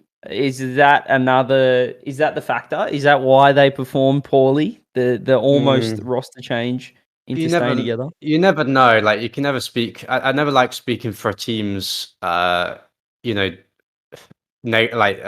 their problems are, because you never know what's happening inside the team. But I don't believe so. I think it's just a coincidence that they had bad results at the time that this happened. You know what I mean? Maybe it did affect it. Maybe I'm wrong, but I could see I don't know. I could see an Optic getting last place anyway. You know what I mean? Like that's not out of the world. And and all the top teams get a 9th to 12th sometimes, like V1 did, right? I'm 100% sure we'll get a 9th to 12th at some point as a team. You know what I mean? Like that happens as a top for all the top teams, right? Well, who did they lose to get it again? Was it Dig? V1 lost to Dig. I feel like FaZe getting 9th to 12th really just proves that anyone could lose. Because like First Killer, like he does not lose to people who like are worse than him. It's like he just doesn't. He's been like that was kind of shocking. Yeah, 2 overtimes, really 2 overtimes and a 4-1 against Matey. Yeah, he just does not like lose to teams of players that are worse than him, but like that happened, so it really can just like happen to like any team. Yeah, no, definitely. Yeah, regional one's always a little bit weird, but if it happens again, if V1 or FaZe or Optic don't make top 8 again, that would be cause to be extremely worried about. Well, obviously FaZe didn't have any of the Rise instigated roster move things going on, but yeah, if two bad events in a row is usually not a coincidence. I would say. Yeah. So who's our top 5 then, Jack? You're talking about who you've got. You don't have NRG. Who's your? I would say. Okay, I did say I don't have NRG. You did say. Yeah, I did. Us Complexity G2 and FaZe and I don't. It's so hard, isn't it? Like, do Dig, because Dig are in a great spot, right? They're 4 points ahead of in your top 5. Furia. I don't think I do. 4 points ahead of Space Station. I might have Space Station though. Yeah, what is it? Dig, SSG, Furia, V1 always pull a regional. V1. Oh my god, there's so many teams. V1 always pull a regional performance out of the bag. You know what I mean? Like Com just starts like grinding ranked, and they come out as the best team in the world and play like and just regional win. You know what I mean? Like And it's like, I don't know. V1 could do it, definitely. I do think FaZe is still a lock. What about Furia? You didn't say Furia. You don't Furia think only lost to you guys the whole event. Yeah, but they beat... Who did they beat? FaZe. They beat FaZe. They beat FaZe, FaZe. Night, Shopify, and then So lost they to beat you a guys. 9-12 team. So everybody's calling their group. Too. Everybody's saying that it's group of death, and they won it. But then it didn't look like group of death by the end of the weekend because 3 of Group A made top 4. So. I have no clue how that happened. Yeah, I don't know. I don't think Furia make it. Like, I think they can. I think they can. Like, I really do. I think they could be insane, but I just don't think they will. I'd love to be. Why, wrong. you think they're not consistent enough? I just don't like the style. Are you just trying not to jinx it? Because it would be really funny if they did make it, along with Complexity and you guys, and then more than half of the players qualified are not, in fact, from North America. I wouldn't mind it. I'd love for them to make it. He's trying not to jinx it. I'd love for them to make it because I think that on land they'd be insane. But I just don't think they will. I think that I'd have SSG. I'd be more confident in SSG getting good performances in regionals. Because SSG have got 3 top 4s, and they seem to have been really consistent so far in the early stage of the tournament, right? And I think they lost to Dig, and they lost to Dig. They lost to Dig, right? Yeah, and like that shouldn't happen, and I don't think it will happen again. I think they'll be fine, but I just have more confidence slightly in SSG being a bit more consistent than Furia. That's all. Did you realize, by the way, that the only teams that beat you guys, Complexity, or Furia this weekend was you guys, Complexity, and Furia? Sounds like a None of the other teams beat any of those teams. You're all eliminated by each other. Like, you guys eliminated Cole and Furia beat you guys or Complexity beat you guys in the group stage. So actually, like, I'd say they're probably the 3 best teams of the weekend for me. I reckon Furia can make it. G2 G2 as well. G2 as well. Furia. Yeah. G2 as well for sure. Better than Furia, no? I don't think so because Furia G2 beat FaZe. G2 beat NRG, and then they swept a group with V1, Accru, and Axel, none of who made top 8. So I think Furia looked pretty good. Well, they looked better against you guys than G2 did, but neither team looked phenomenal. But I think Furia, G2 will make the major as well. By the way, I think they're good. I think they're good. G2 is very consistent. They will. Furia, like, I don't know if you agree with Chronic, but Furia didn't look good in the quarters. Mm-hmm. In the first, genuinely, like I don't think we played that well in the quarters. I was like possibly that was my worst. Like the last 3 games or the last 2 games of that series was my worst performance in this season, apart from like the Oxygen series, right? So far, Chronic, and it was close. In the first few games they really didn't look good. So for me, G2 were better this tournament. I think G2 will make it as well, for sure. Will. Yeah. I still think us, FaZe, and G2 are probably like the 3 like biggest locks. I just can never like see FaZe not making it. I can't see FaZe not making it. Yeah, surely FaZe make it as well. I really just can't. Surely. They're too good. Yeah, I totally agree with that. Yeah, I think they make it. But Furia, John says Furia will get a peak region of like top 2. They're too good not to. How many teams do we say this about? Like they're too good not to. No, like, do you know what it is? Do you know what it is actually? It's actually you guys are gonna troll at least one team every event because you always finish second in your group or not go perfect in Swiss, and then like in the quarterfinal you play against a team who did win their group, and they're just like, why are we at the mercy of Gen.G's impeccable playoff run? Like, why does it have to be us? Like this time it was Furia in the quarterfinals. Like next event, whoever like faces you guys in the quarterfinals after again a not perfect group can say that you trolled them because you've done it every single event. You've trolled one team in the quarters because you shouldn't really be in there. At least you shouldn't be in there based on the fact that you keep winning. Because Furia probably not too happy about that. I really want to win our group. Like I really want to. If we win our group, we play M80 and then Dig to make finals. Like that would be like a lot easier of a run. Like we really do make the like playoffs so much harder for ourselves than it has to be. Yeah. Even if we do always perform, it'd be so nice if we could like. So you admit it, you guys do troll day one. Oh yeah, 100%. Like, but it's over exaggerated how hard we troll. Did the groups get estimated yet for NA next event, or is that not a thing yet? I think we have. Oh, because we have to see who qualifies for the closed qualifier still, don't we? Okay, I think so it's we've probably taken still Dig, guessing. Shopify, and another team. Because what is it? 1, 7, 12, 14? Something like that? Wait, you're telling me one of Dig and Shopify is going to get blessed with a free group dub just because you guys are going to troll again to ruin someone's quarterfinal? I wonder who it's going to be. Man, that's great. If Dig get a nice little dub in a group, they could be making major. Oh my goodness. They can absolutely make the major. Dig, 100%. They can 100%. They got top 4, especially... And they're good players. Yeah, they are. Underrated. Especially with Evo with having confidence and Dries having confidence. But do they have confidence now that they are in contention for major? The biggest thing for me, because last split, the first 2 regionals, I was kind of able to play with the mentality that we suck, and I didn't think we were good. So if we don't make major, it is what it is. But now I have to play with the mentality that we are a major team, and going out early is scary, and that is really hard to play with for me that early. At least it was, but I think it'll be fine now. But I think that could be hard on Dig. Yeah, it could be hard on Dig, but I think they'll ride off. I would see what you're saying if the players, those players on that team, mainly Evo and Andy, because Dries has had good performances before on other teams, mainly those 2 other players.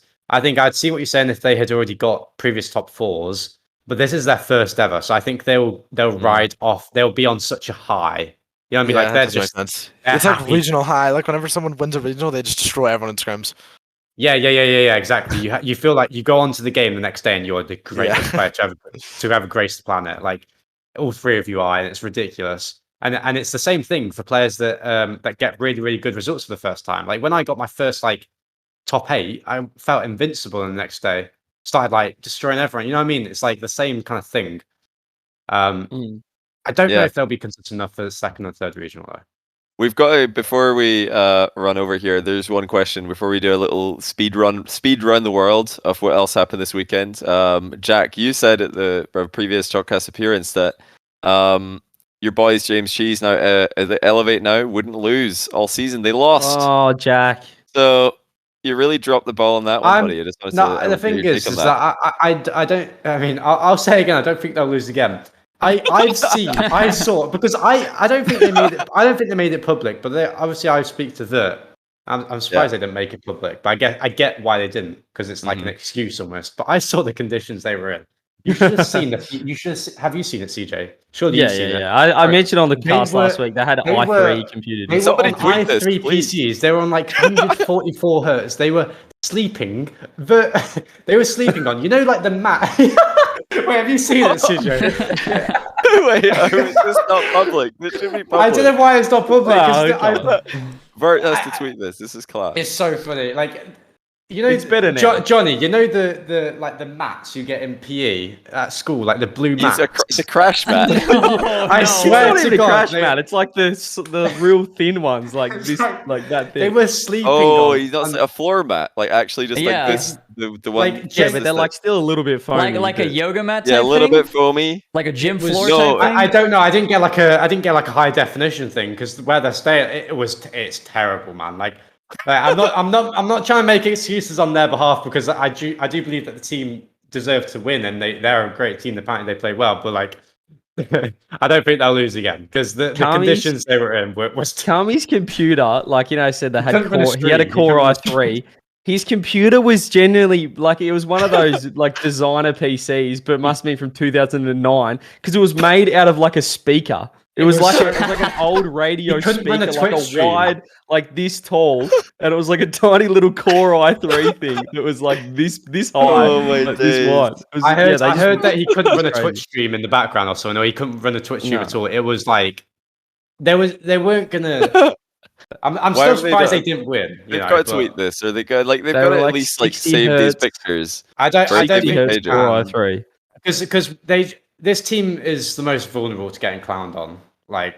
For true, not actually, winning fair enough. Yeah, true. And I wouldn't even want to be the players, because they're just going to get. It's even worse than being on NRG right now. They get clowned on for everything. This team gets clowned on for not perfect sweeping their opponents. You know what I mean? It's so it's they can't tweet that. I'll say it for them, because it's not them making the excuse. I'll make the excuse on their behalf. I'm super interested to see the next regional. Do they have they upgraded? Are they on? Yeah, they've upgraded. Vert tweeted it out. Vert tweeted out, which was like a half indicator that they weren't on good PCs. The first one, he tweeted out that he was thanked his org or something for the PC they got because they finally got PCs that could start in. I mean, there's a lot of reasons why that. They only just they're in Bangkok. That's an excuse, but they only just got there a few days before the regional. And then they had Core i3s, 60 hertz monitors, everything scuffed, no bed. But now they've got new PCs, new bed, new monitors, so no excuses. I don't see them not winning. I don't see them losing again. But we'll see. Maybe I'm wrong again. So really quickly around the world, CJ, OCE is a complete mess. It's absolute pandemonium over there. What is going on in your own region?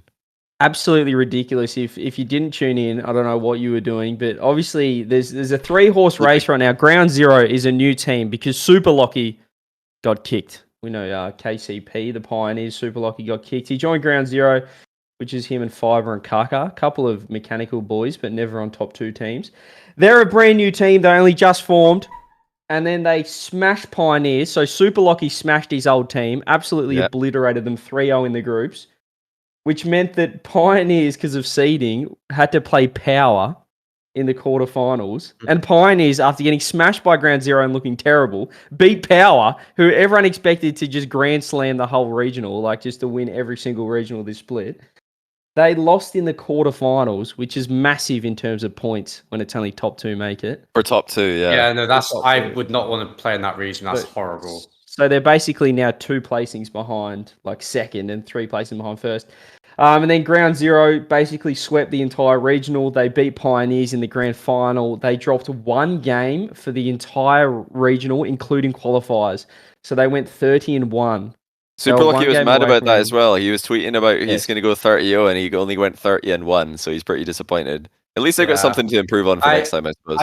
I saw. We were in a call, Chronic. I don't know if you remember. It was all of us were in a call, and Super Lucky tweeted or something they made top 8, and he tweeted I've outworked everyone in this regional. And I said to the guys in the call, I was like, why is he tweeting this so early? They've only made top 8, and he's used to making top 8, right?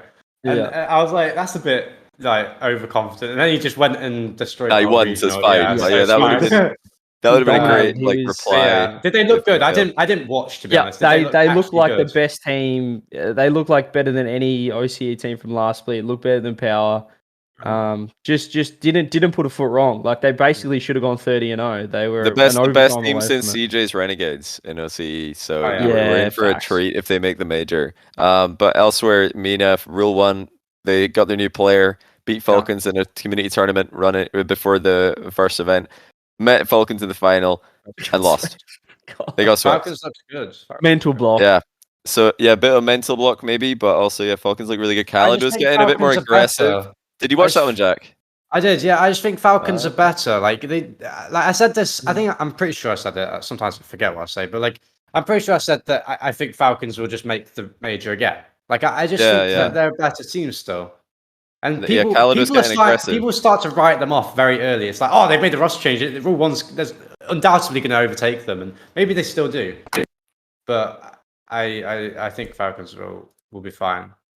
They went to Game 7 in the semi-final against Cola, so it's not like Falcons. They were 3-1 down there actually after timeout had been used. They were 3-1 it was down. Dire straits, but they came back. So against Rule 1's still the only team to eliminate them from a MENA event ever, and it happened one time. Falcons are 12 wins and 1 second place out of 13 regionals.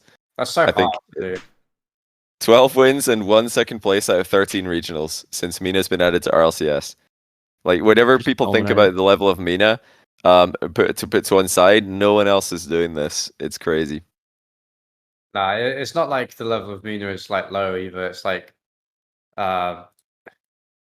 don't know. It's good enough that you'd think somebody would get them one time. Well, yeah, of course. I mean, I think at least Rule 1 could absolutely be a top 8 side. I don't think they would be instantly, or they could be instantly. I wouldn't put money on it. But on a world stage, you mean? On NA or EU, I wouldn't put money on it. Sure. I wouldn't put money on it, but they could, right? But and Falcons still seem to keep getting wins. They're crazy. But that was all the RLCS this weekend, I believe. There was we're still waiting for the next week. I'll have the other 4 regions. Oh, BDS made it back in through the closed quals. That's the only other news, I suppose. They didn't beat it. Not really much upsets in EU closed quals. They make major. I guess no. I guess I'm leaning no, but not by much. I think they're still, I mean, the conversation. They're definitely capable. It's just they didn't look amazing. They didn't look like their old selves yet. 9th to 12th. So it's still they got hard. 9th to 12th. 9th to 12th, yeah.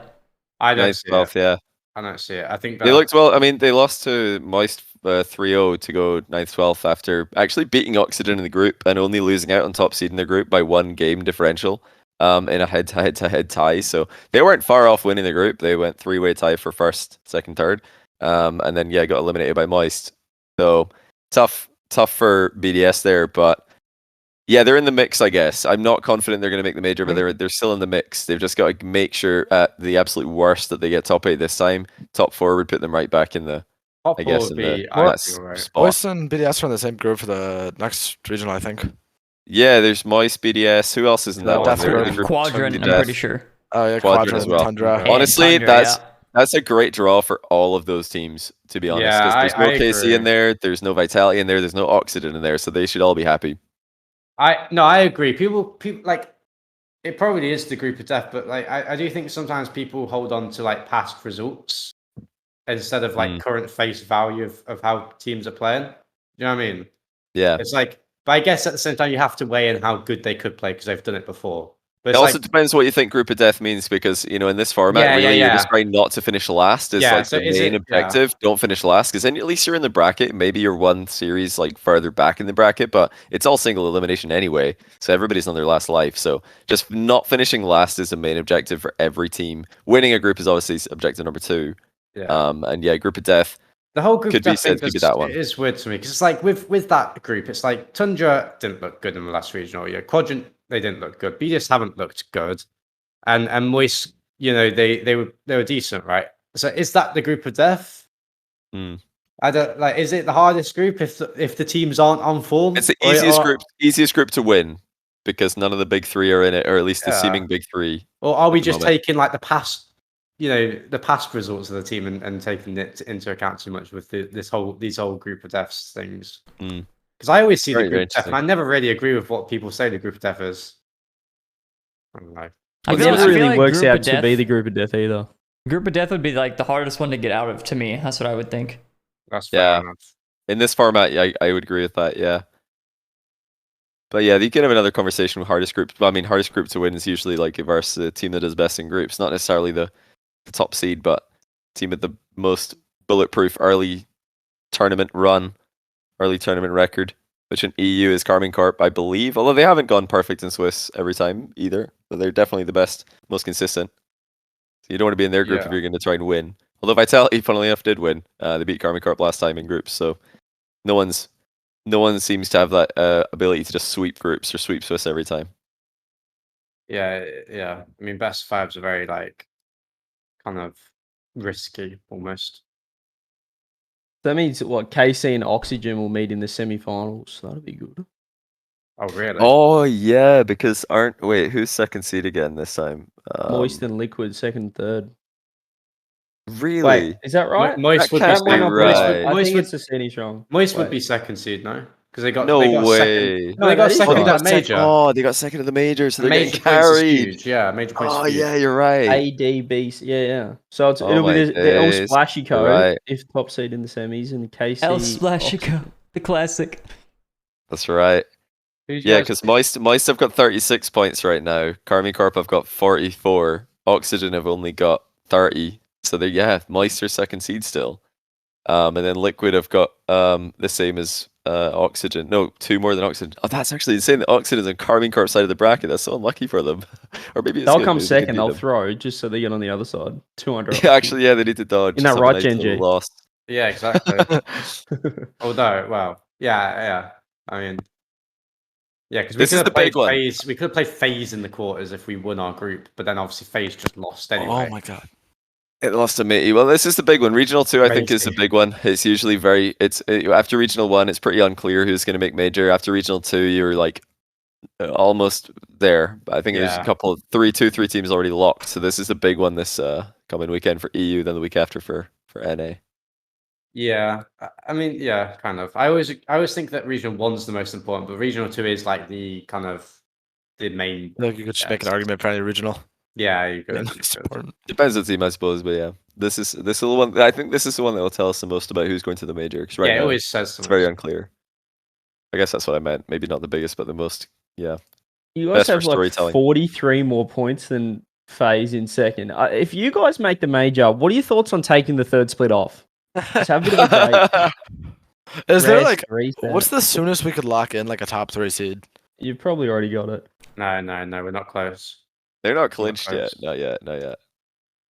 I think if we win the major to clinch, if we win, I think if we win everything, like until like if we win the next 2 regionals and the major, then like I think it does it. But I still think it relies on other teams, like over results. I don't think it clinches per se. Like is it allowed to just like, if you clinch like the world's wild card by winning like everything between now and winter major, is it allowed to just be like, yeah, we're just gonna go play like regional 1 in this region, then go regional 2 in another region? Can you just like fly around the world, jet set, sign up, and ruin everyone else's like? No, there's actually your points reset. Your points reset. There's actually your points reset a rule against transfers too. It's like since Jack came to NA, if he leaves NA, he can only ever play in EU or something like that. I'm pretty sure that's written in the rules. Like if you go back, ever again.